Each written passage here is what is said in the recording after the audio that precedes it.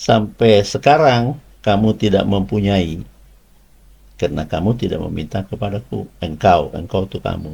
Maka mintalah kepadaku dalam namaku, akan kuberikan kepadamu.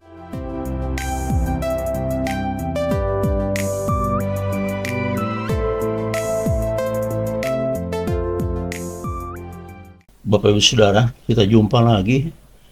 Pada kesempatan ini saya akan meneruskan masih masalah yang ada di hati kita masing-masing. Sebab banyak teman-teman yang memberikan pendapat dan mungkin dari pengalamannya juga sih, bahwa hati yang terluka, ya, yang tersakiti oleh saudara, teman, siapapun itu, sukar untuk dilepas. Padahal itu adalah yang tertinggal di dalam hati berupa dendam, tidak suka, lalu tidak mau bersahabat, ya. Semakin lama seperti itu, menjadi buruk hubungan itu semuanya yang saya sebut di video kemarin. Emosi-emosi dalam bentuk energi negatif. Kita tidak dibolehkan menyimpan itu, ya. Dan akhirnya nanti kalau itu tersimpan di dalam hati berlama-lama, dan dia tinggal di bawah sadar, menumpuk semua yang buruk-buruk. Jadi saya anjurkan kepada teman-teman semua berlatih untuk membuang, ya. Membuangkah namanya, melepaskah namanya, terserah, tapi jangan ada yang tertinggal di dalam hatimu. Nanti jiwamu ikut terganggu.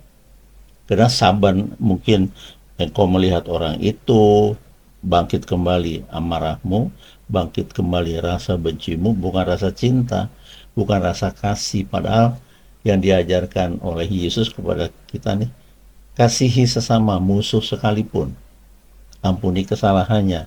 Nah, kalau ini masih bergumul di dalam jiwa kita, ada sesuatu yang tidak bisa kita lepas, maka saya mau katakan kepada Anda semuanya, hidupmu menjadi tidak seimbang. Rasa benci terus bergumul di sini, apalagi kalau saudara dekat misalnya, tentu saja ada yang seperti itu, kasus-kasus, ya. Bergumul di dalam hatimu, tidak menyukai itu sampai kapanpun, nah itu tidak akan bertemu. Sedangkan saudara-saudara sendiri satu keluarga pasti ada acara pertemuan keluarga dan sebagainya dan sebagainya, sehingga kalau ada pertemuan keluarga terundang, pasti Anda yang tersakiti, yang merasa menyimpan sesuatu, tidak mengampuni, tidak melepaskan tadi negatif di dalam hatimu, ya, emosi negatif, kau tidak akan ketemu. Pasti akan, nggak usah ketemu mereka, nggak baik. Nah, itu kan sudah memutus sendiri, ya. Padahal kita tahu yang mengatur kita itu Tuhan. Jadi ikutilah aturannya.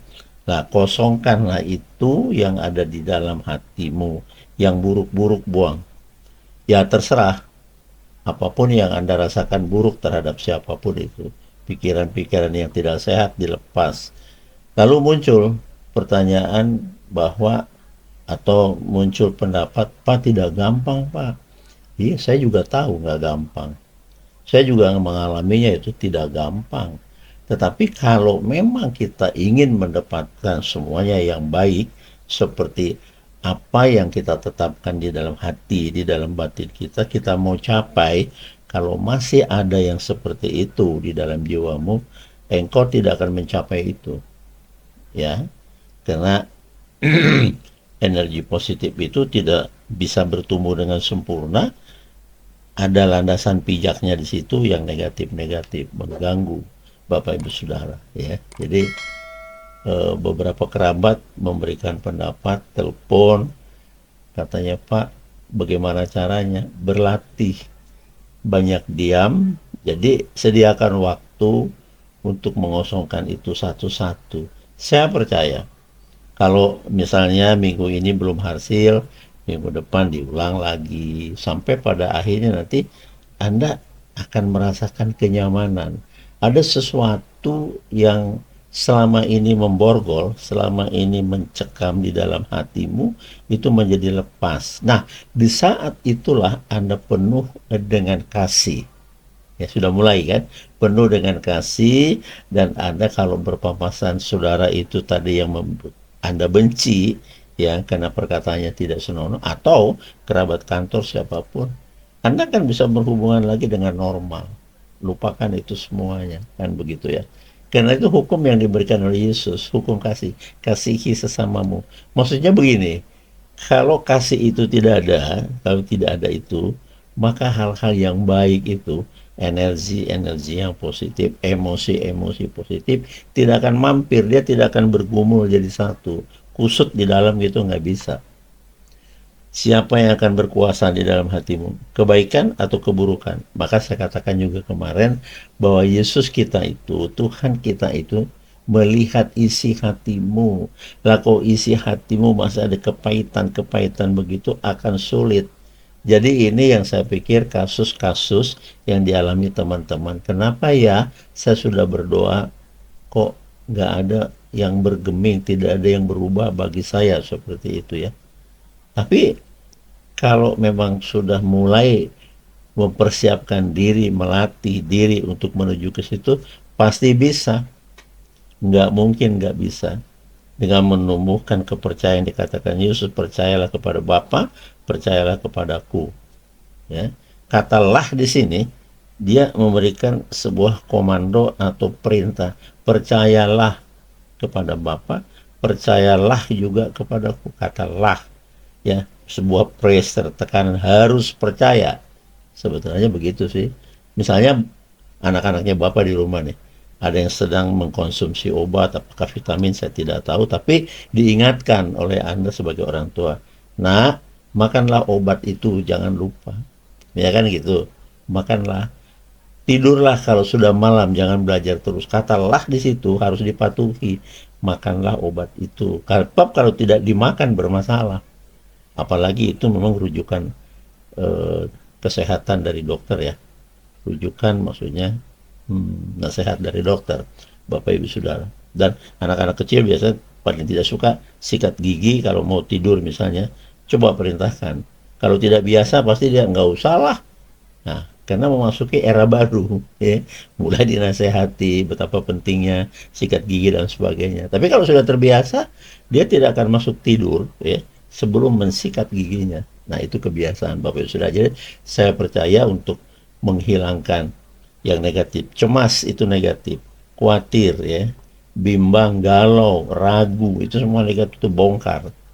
Nah, kalau itu tidak dibongkar, itu ngeblok, ya. Apapun yang Anda pikirkan, apapun yang Anda akan perbuat, kebiasaan menyimpan yang buruk-buruk itu akan turut pula di dalam program-program yang baru yang ada dalam pikiran kita, sebuah keinginan. Ya, padahal Yesus mengatakan begini, jadilah kepadamu seperti imanmu, jadilah seturut imanmu, jadilah seperti yang engkau percaya. Sama itu. Sama.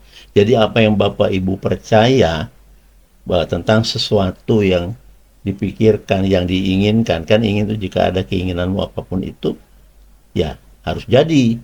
Jadilah kepadamu, kan gitu. Yesus loh yang memberikan seperti itu. Dan saya percaya, karena saya mengalami, kan saya katakan begitu ya, saya mengalami.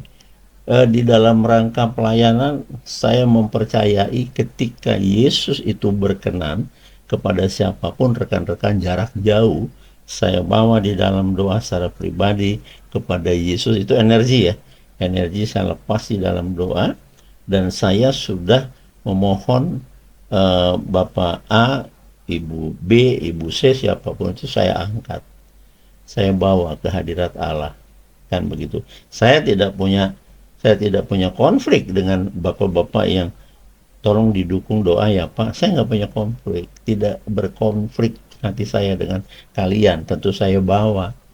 Saya tidak merasa rugi mendoakan Bapak Ibu Saudara. Ya. Terus akan saya gaungkan kehadirat ilahi. Tuhan itu melihat. Saya rajin mendoakannya.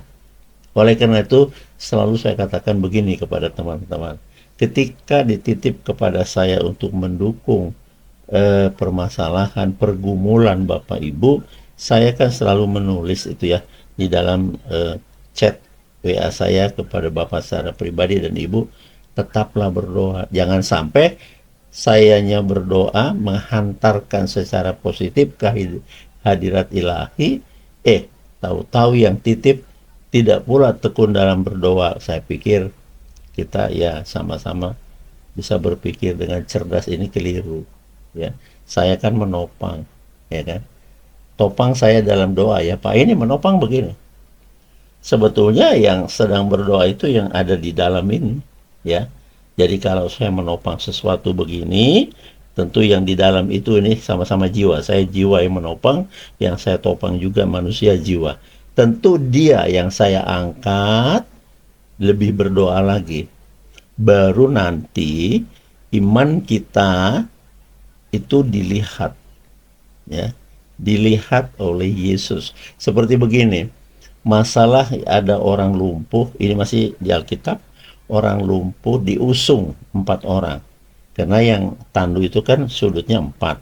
Diusung orang 4 sahabat yang sakit lumpuh. Yang sakit lumpuh itu tentu berpengharapan. Karena mereka sudah meniati dan merancang akan menemui Yesus yang sedang mengajar di satu tempat. Nah, mereka bersehati, perhatikan, bersehati akan meminta pertolongan Yesus. Firman-Nya begini, jika 2 hati sepakat meminta apa saja kepadaku dalam namaku, nah itu dengan meminta dengan percaya, maka engkau akan mendapatkan atau aku akan memberikan.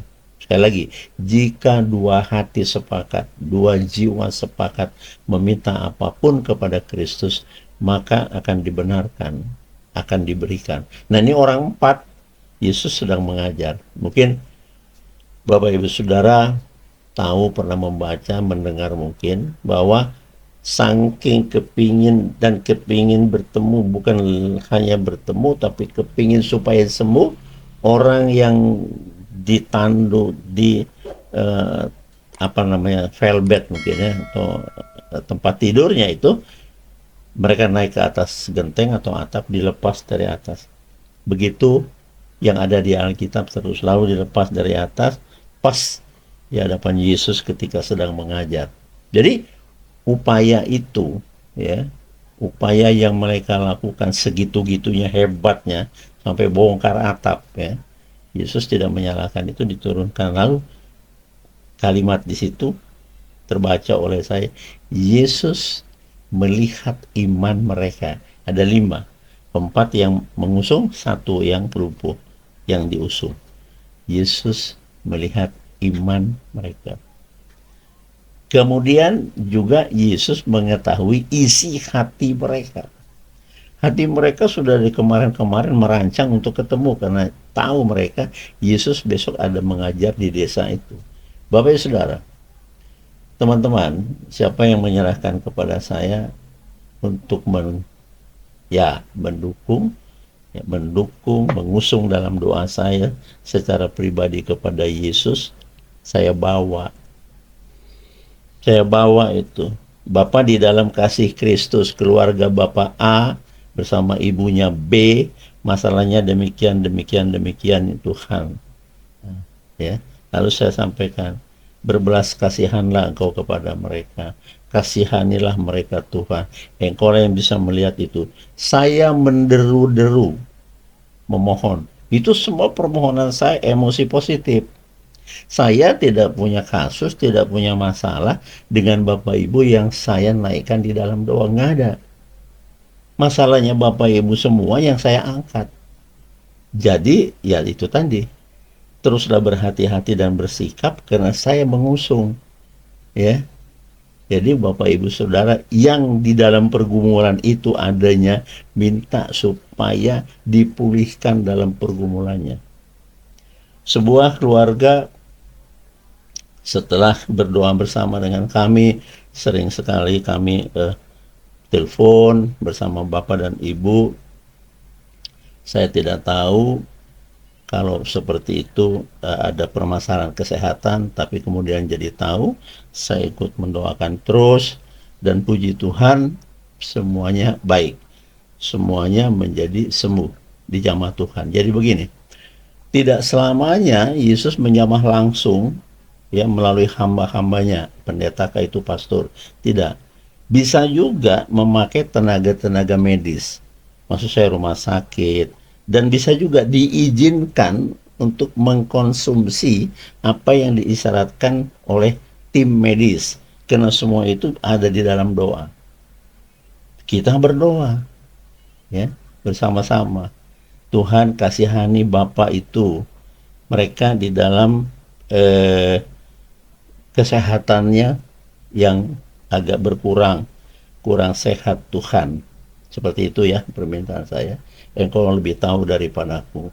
Belas kasihanmu saja yang bisa memulihkan itu di dalam iman mereka yang percaya kepadamu. Nah, kita diputar di situ, Bapak Ibu Saudara. Saya melepas yang positif. Nah, Bapak Ibu yang sedang saya angkat di dalam doa, itu lebih-lebih lagi berpengharapan. Jadi Yesus itu melihat seperti yang orang lumpuh tadi diangkut 4 orang. Jadi iman saya dilihat oleh Kristus, iman saudaraku yang sedang saya angkat itu lebih-lebih dilihat. Dan isi hatinya.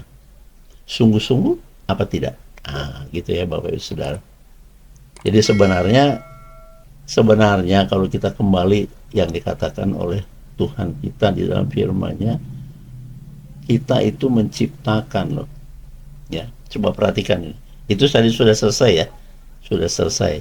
Jadi selamat buat Bapak yang sudah dipulihkan Tuhan, namun jaga kesehatan itu tetap di dalam doa, bersyukur, bersyukur, bersyukur. Nah, itu yang Tuhan mau. Nah, kemudian begini, saya tetap akan mengingatkan Bapak Ibu Saudara, kita ini segambar dengan penguasa alam. Nah, ini lebih halus lagi ya. Segambar. Ini banyak yang tidak menggubris, banyak ini, tidak peduli apalah itu kan gitu ya. Tidak, jangan. Ini penting ini penting saya sampaikan. Kalau Bapak Ibu Saudara memang suka bersama dengan Tuhan hidupnya, tentu akan tetap tenang menonton dan mendengarkan. Saya tidak akan memberikan cara-cara yang tersesat. Ini benar. Ya, dari apa yang saya alami.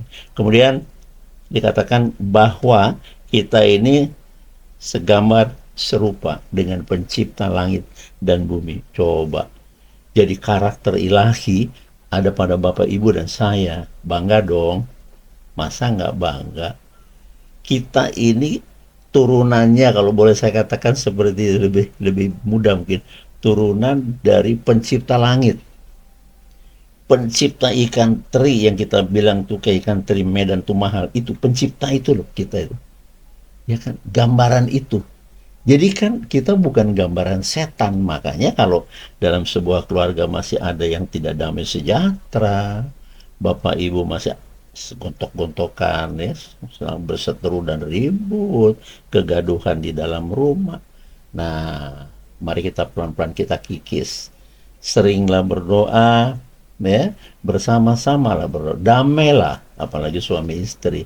Masa nggak bisa damai? Ya, tidak malu lihat anak-anaknya.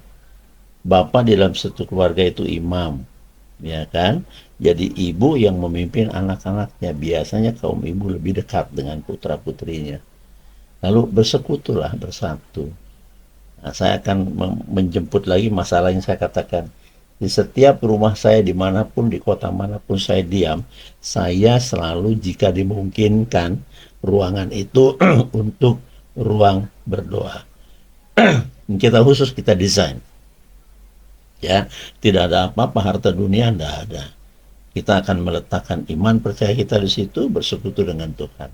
Nah, kalau sudah mulai ada perseteruan, keributan rumah tangga, berdamailah, masa tidak mau, supaya berkat yang dijanjikan itu dan penyertaan Yesus yang dikatakan Bapa dan aku akan bersama denganmu, itu mahal-mahal janjinya Bapak Ibu. Waduh, masa itu nggak ada yang doyan? Heran. Ya. Jadi setiap saya mengatakan ini, semua-semua yang dikatakan Yesus yang saya mengerti, ya saya limpahkan kepada Bapak Ibu lewat layar kecil ini. Ya. Jadi lebih berkata kepada bersukacita. Saya tidak akan ngomong berbahagia ya. Berbahagia tuh kalau ada undangan manten, ya kan? Terima kasih jika Bapak Ibu Saudara meluangkan waktu dalam pernikahan anak kami turut berbahagia, kita suka cita, ya kan? Yesus kepenuhan kasih, tentu kita juga Saking penuhnya kasih yang luber di dalam jiwa Kristus, bajunya pun disentuh orang sembuh.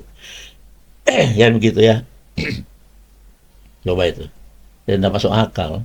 Jadi Bapak Ibu Saudara, judulnya pada kesempatan ini, iya, ciptakan keinginanmu. Kan kita pencipta. Ya, karakter ilahi, ya, keilahian itu mencipta.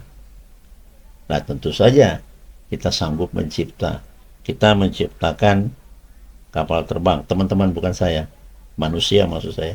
Menciptakan mobil, sepeda, dan seterusnya. Semua benda-benda yang ada di hadapan kita dalam hidup ini ciptaan manusia.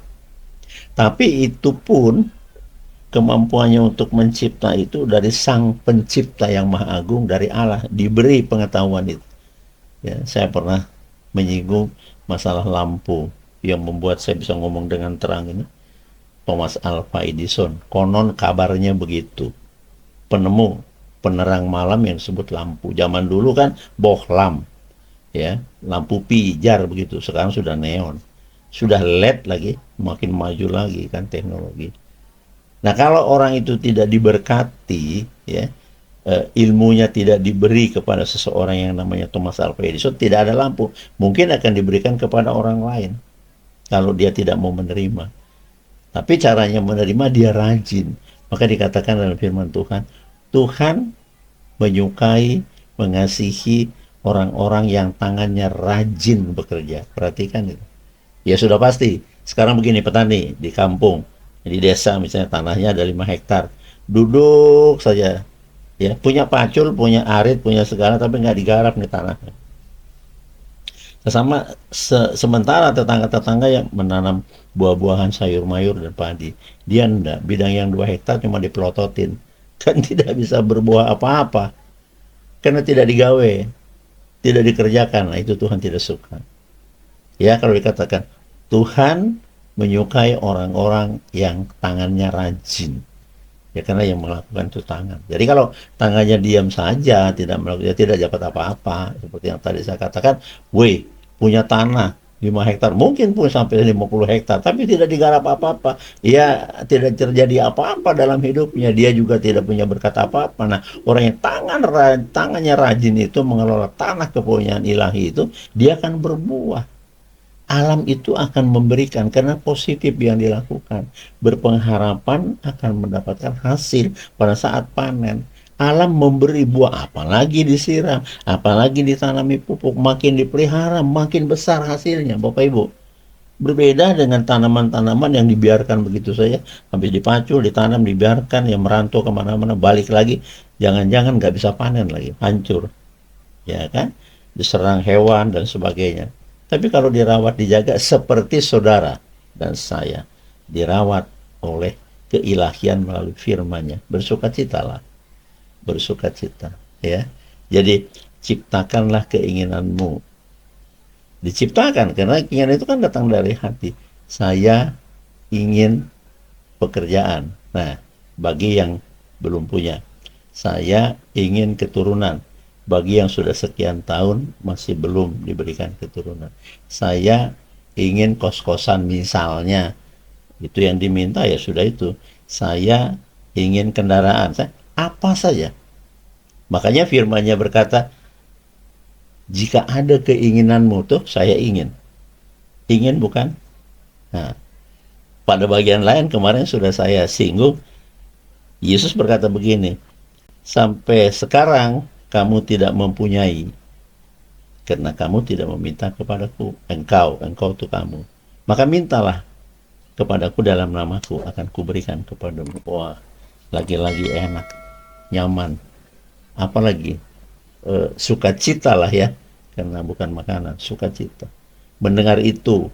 Karena itu Bapak Ibu Saudara, saya mengisyaratkan rajin-rajinlah membaca Alkitab itu, ya. Dimana, bukan hanya di mana waktu luang, sediakan waktu supaya berpeluang membaca, ya kan, supaya kita semakin dekat dengan Tuhan, semakin intim dengan Tuhan. Penguasa itu semua akan diberikan kepada kita semuanya. Jadi ciptakan ini kan judul yang saya angkat, topiknya ciptakan ya kan? Keinginanmu, ya kan? Ketika saudara meminta Tuhan Yesus, kasihani kami Tuhan, kami butuh kendaraan sepeda motor untuk mengantar anak-anak sekolah dan aku memakainya pergi bekerja di mana Engkau izinkan aku bekerja. Terima kasih Tuhan Yesus. Kan sedang menciptakan sebuah permintaan, dan sesuatu yang diciptakan itu sudah ada di dalam hatinya. Ya, saudara mengatakan itu batin, terserah ya. Dalam hatinya sudah, bahkan sudah tergambar. Makanya kalau kita terjemahkan, saya bilang yang dikatakan, jika ada keinginan sesuatu apapun itu, minta dan doakan, percayalah kamu sudah menerima.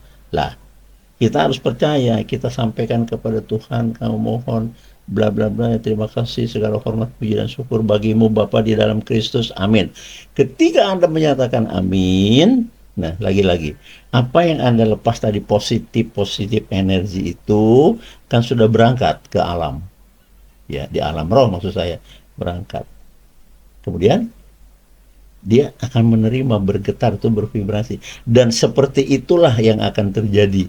Karena apa? Perhatikan, ini nyaman. Yesus mengatakan, apa yang engkau mau supaya aku perbuat bagimu? Kurang apa lagi coba? Ya. Oke, itu sudah saya terangkan di video kemarin. Coba dilihat lagi. Nah, sekarang yang saya mau tekankan, ciptakan keinginanmu. Engkau yang menciptakan itu. Entah itu didorong oleh keluargamu sehingga itu tercipta, ya, entah apalah itu, ya. Saya didorong oleh anak-anak saya, Pak. Waktu itu plafon, tahu plafon ya, Ethernet di teras rumah kami di Surabaya sudah dimakan, udah usianya cukup tua, kena rembesan hujan bocor dari atap, lalu sobek, Ethernet itu sobek, jadi bagian teras bagian depannya bolong, kelihatan ya, atasnya itu kelihatan. Nah, putri saya yang paling ragil, yang paling kecil, karena memang hanya 2 putri kami diberkati, kemudian memberikan suara ya sebagai anggota keluarga, Pak, diperbaiki dong itu. Nah, mereka sudah anak-anak gadis, ada teman-temannya suka datang ke rumah seperti itu, Bapak Ibu Saudara. Ya, saya ngerti. Ya, kita juga pernah muda toh.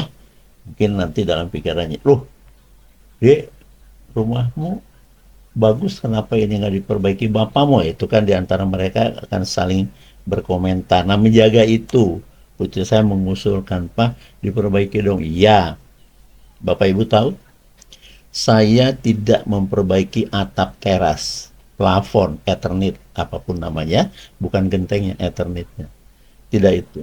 Saya bongkar habis, saya bangun lagi dengan yang baru. Coba itu. Ketika saya berdoa, Tuhan, jika Engkau izinkan, Tuhan, mari tolong berbelas kasihan, kami akan merenovasi bahagian yang bocor. Tetapi jika Engkau berkenan, ya Tuhan, kami percaya tiada yang mustahil bagimu, biarlah kami renovasi seluruh rumah ini. Amin.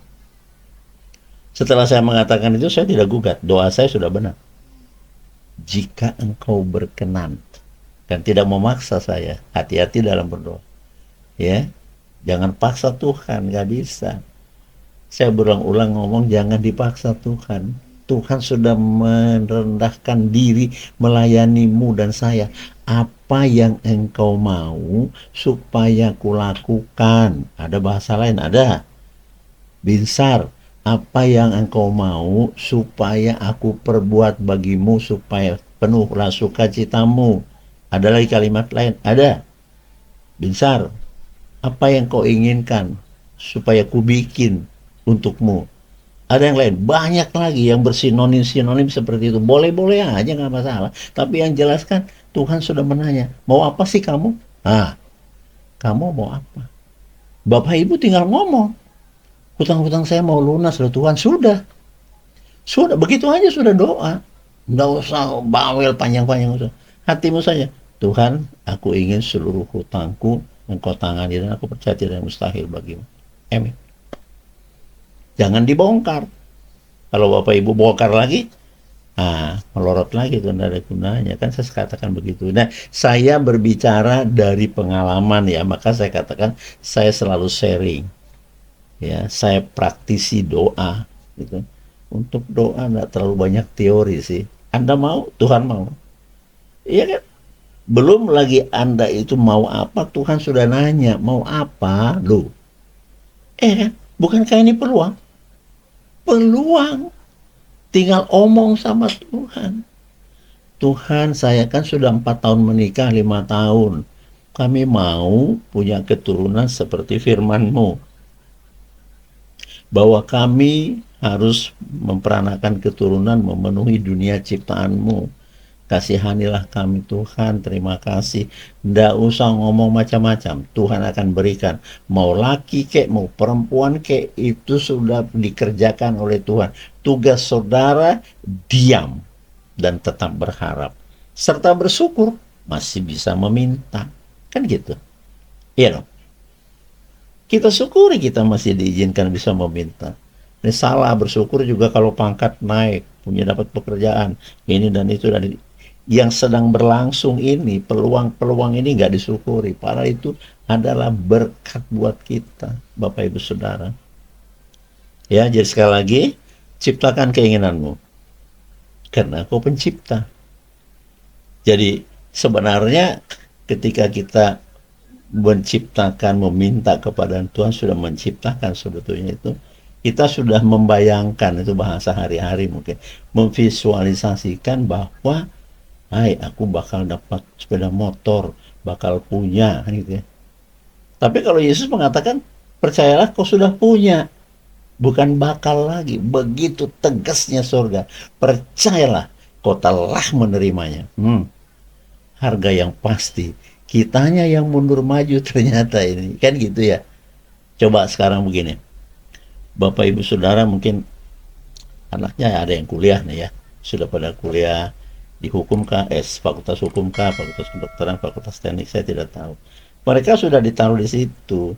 Dan tentu saja Bapak Ibu dengan putranya sudah kompromis ya. Mana jurusannya yang disukai. Nah ketika mereka di situ duduk, mimpinya kan sudah bakal calon dokter. Dulu itu 5 tahun kuliah, sekarang 10 semester, sekarang 8 semester 4 tahun ya. Nah terus pergi pagi, pulang petang, karena praktek dan ini fakultas kedokteran. Masakan di tengah perjalanannya dia pengen jadi montir, pengen jadi ahli mesin, pengen jadi ahli bangunan, kan udah salah ini.